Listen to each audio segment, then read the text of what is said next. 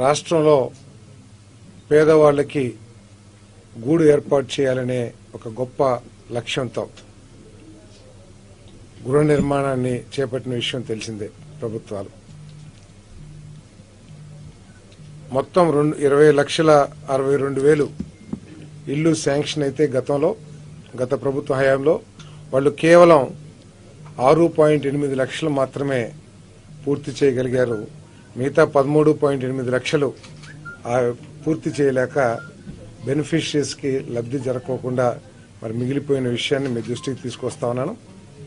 మరి తప్పుకోకుండా వీటన్నిటిని కూడా చంద్రబాబు నాయుడు గారి నాయకత్వంలోని ప్రభుత్వం వీటన్నిటిని కూడా పూర్తి చేయడానికి చిత్తశుద్దితో కృషి చేసి దానికి కావాల్సిన నిధుల్ని కేంద్ర ప్రభుత్వం నుంచి కానివ్వండి, స్టేట్ ప్రభుత్వం నుంచి కానివ్వండి సమకూర్చుకుని బెనిఫిషరీస్ కి లబ్ధి చేకూరేట్టు తగు చర్యలు తీసుకుంటామని చెప్పేసి మనం చేస్తామని నేను మరి ఈ కాలనీస్ లో ఇన్ఫ్రాస్ట్రక్చర్ ఏర్పాటు చేయడానికి మరి జేజేఎం కానివ్వండి లేదా అమృత్ కేంద్ర ప్రభుత్వ స్కీమ్స్ ఏదైతే ఉన్నాయో అమృత్ స్కీమ్స్ ఆ స్కీమ్స్ లో అర్బన్ గృహ నిర్మాణానికి అదేవిధంగా ఎన్ఆర్జీఎస్ కింద రూరల్ గృహ నిర్మాణానికి నిధులు తీసుకొచ్చుకునే అవకాశం ఉంది. కాబట్టి ఎక్కువగా పనిచేసి ఎక్కువగా అభివృద్ధి చేసి ఎక్కువగా నిధుల్ని రాబట్టడానికి కేంద్ర ప్రభుత్వం నుంచి మరి మేమంతా కూడా హౌసింగ్ డిపార్ట్మెంట్ అంతా కూడా ప్రయత్నం చేస్తామని చెప్పేసి మనం చేస్తామని నేను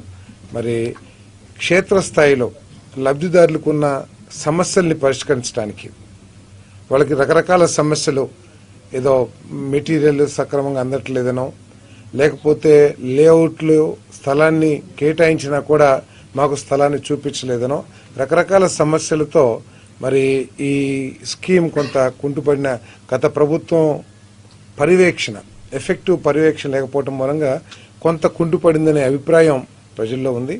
అటువంటి అభిప్రాయం లేకోకుండా లబ్ధిదారులకున్న సమస్యలన్నింటినీ పరిష్కరించే ప్రభుత్వం తరపు నుంచి ఏదేది చేయాలో వాటన్నిటినీ కూడా సక్రమంగా అందుతున్నాయా లేదా టైమ్లీ మేమంతా రివ్యూ చేసుకుంటూ లబ్ధిదారుడికి మేలు జరిగే విధంగా అదేవిధంగా ఈ స్కీమ్స్ లో ఇంకా ఏదైనా ఇంప్రూవైజేషన్ చేసి ఇంకా మెరుగైన పద్ధతులు ఏదైనా అవలంబిస్తాం మూలంగా లబ్ధిదారులకి ఎక్కువగా మేలు చేకూరుతుందని చెప్పేసి కూడా ఆలోచన చేస్తున్నామని చెప్పేసి మనం చేస్తాను.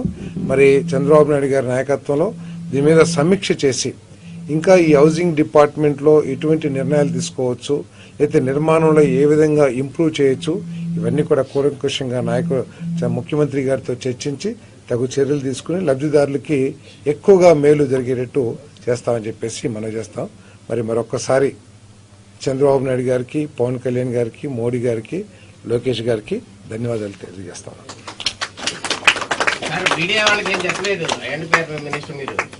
మీడియా వాళ్ళకి ఇక హౌసింగ్ గురించి గతంలో కూడా పెండింగ్ ఉంది, గత ప్రభుత్వం పెండింగ్ చెప్పింది. తప్పకోకుండా ఇప్పుడే కదా తీసుకుంది ఛార్జ్, ఇప్పుడే తీసుకున్నాం. తప్పకోకుండా చర్చించి తగు నిర్ణయాలు తీసుకుంటాం. ఓకే, ఓకే,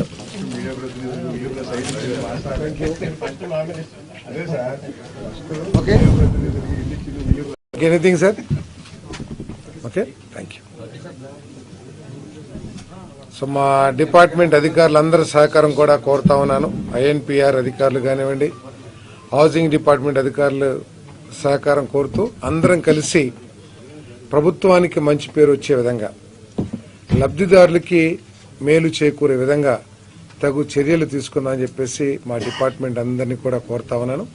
అదేవిధంగా డిపార్ట్మెంట్ వారికి ఏదైనా సమస్య ఉన్నా కూడా ముఖ్యమంత్రి గారితో మాట్లాడి వాటిని కూడా పరిష్కరించడానికి నేను ప్రయత్నం చేస్తానని చెప్పేసి కూడా ఈ సందర్భంగా తెలియజేస్తాను.